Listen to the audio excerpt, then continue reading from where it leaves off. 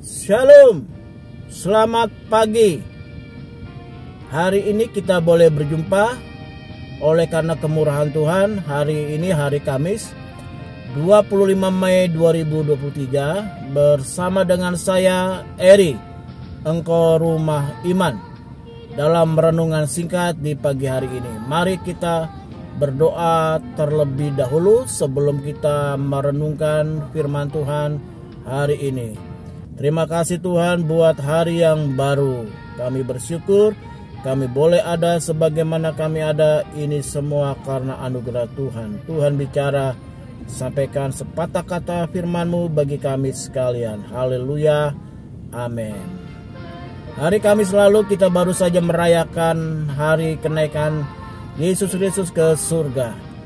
Kalau kita membaca dalam pasal yang di dalam Kisah Rasul pasal 1, ketika murid-murid Tuhan baru saja menyaksikan fenomena yang luar biasa, Yesus terangkat, lalu mereka kembali ke Yerusalem seperti yang pernah dipesankan oleh Yesus untuk mereka tidak boleh meninggalkan Yerusalem. Dalam Kisah Rasul 1 ayat 4 dan 5 berbunyi, pada suatu hari ketika ia makan bersama-sama dengan mereka, ia melarang mereka meninggalkan Yerusalem dan menyuruh mereka tinggal di situ, menantikan janji Bapa yang demikian katanya, telah kamu dengar daripadaku, sebab Yohanes membaptis dengan air, tetapi tidak lama lagi kamu akan dibaptis dengan Roh Kudus. Dikatakan Yesus melarang mereka meninggalkan Yerusalem. Untuk itu maka murid-murid ini kembali ke Yerusalem. Dalam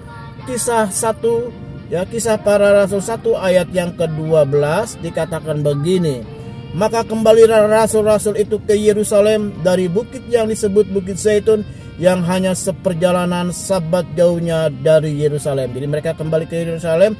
Lalu apa yang mereka lakukan ketika mereka berada di Yerusalem? Lalu Alkitab menceritakan dalam ayat yang ke-13 dari pasal 1, mereka berada di sebuah rumah di atas di loteng.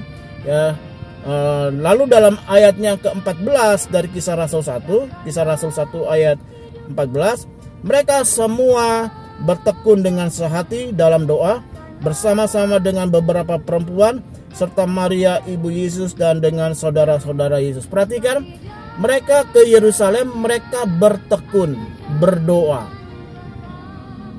Tetapi perhatikan, mereka tidak tahu kapan hal itu akan terjadi, janji itu akan digenapi. Mereka tidak tahu mereka harus berdoa 10 hari. Hari ini banyak gereja Tuhan, banyak gereja Tuhan sedang melakukan doa 10 hari menyambut hari Pentakosta, dan ini adalah hari yang ke-7. Jadi artinya kalau ini hari yang ke-7, saya bisa katakan berarti mereka kan juga belum tahu kapan pencurahan Roh Kudus itu dinyatakan. Mereka tidak tahu kapan janji itu digenapi.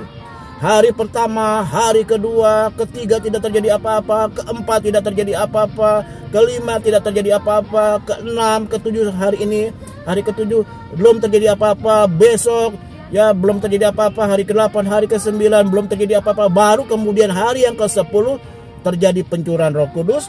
Di dalam Kisah Rasul 2 ayat 1 sampai 4, ketika tiba hari Pentakosta, semua orang percaya berkumpul di suatu tempat.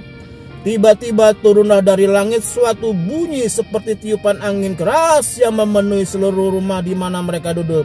Dan tampaklah kepada mereka lidah-lidah seperti nyala api yang bertebaran dan hinggap pada mereka masing-masing. Maka penuhlah mereka dengan Roh Kudus. Lalu mereka mulai berkata-kata dalam bahasa-bahasa lain seperti yang diberikan oleh Roh itu kepada mereka untuk mengatakan. Jadi baru pada hari yang ke-10 terjadi lawatan, terjadi fenomena yang luar biasa.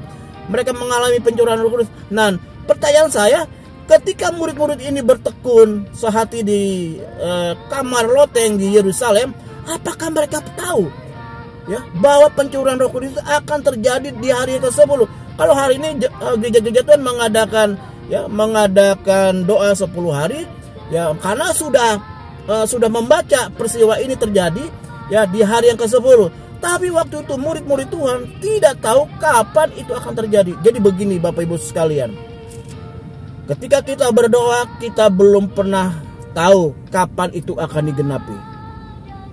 Ada yang 1 hari sudah dijawab, 3 hari, 7 hari, 2 minggu, ya, sebulan, 3 bulan, berbulan-bulan, bahkan mungkin tahunan. Tapi bagian kita mempercayai setiap janji Tuhan. Yang kedua, bagian kita tetap lakukan doa. Karena kita tidak pernah tahu kapan doa kita akan digenapi. Mari belajar dari peristiwa pencurahan Roh Kudus. Murid-murid Tuhan tidak pernah tahu kapan itu akan terjadi. Bagian mereka bertekun dan berdoa. Kiranya firman Tuhan pagi hari ini menjadi berkat bagi Bapak, Ibu, Saudara sekalian, khusus mereka yang baru menemukan channel ini. Tuhan Yesus memberkati. Mari kita berdoa. Bapa di surga, kami berdoa mengucap syukur. Bagian kami bertekun berdoa. Kami tidak tahu kapan doa kami dijawab. Kami tidak tahu kapan janji itu akan digenapi. Yang kami tahu, Tuhan tidak pernah ingkar janji. Tuhan tidak pernah merubah apa yang sudah diucapkan, apa yang sudah dijanjikan. Terima kasih buat hari yang baru. Hamba berdoa untuk mereka yang hari ini hadir. Tuhan tolong, ada yang sakit Tuhan sembuhkan, yang sedang mengalami kelemahan Tuhan berikan kekuatan, yang sedang mengalami putus asa Tuhan berikan pengharapan baru. Mereka yang sedang punya masalah keuangan, ekonomi, rumah tangga, pekerjaan, bisnis, Tuhan juga menolong. Terima kasih. Kami percaya semua yang hadir pagi hari ini diberkati Tuhan. Dan kami sepakat bersama-sama demi Allah Bapa, Allah Anak, Allah Roh Kudus, yaitu dalam nama Tuhan Yesus Kristus kami buka hari yang baru ini. Kami buka kunci kegiatan aktivitas, bahkan kunci berkat kami untuk hari ini. Dan akhirnya kekasih-kekasih Tuhan sekarang, terimalah berkat Allah Bapa, kasih karunia dari Tuhan Yesus Kristus, persekutuan dengan kuasa Roh Kudus, tinggal bersama dengan kita sekalian. Dari saat ini sampai selama-lamanya, kemanapun engkau pergi, engkau ditentukan untuk tetap jadi pemenang. Bersama kita katakan amin. Kita jumpa hari Senin dalam renungan awal minggu pada pukul 7.30 pagi. Khusus setiap tanggal 1, renungan awal minggu menjadi renungan awal bulan.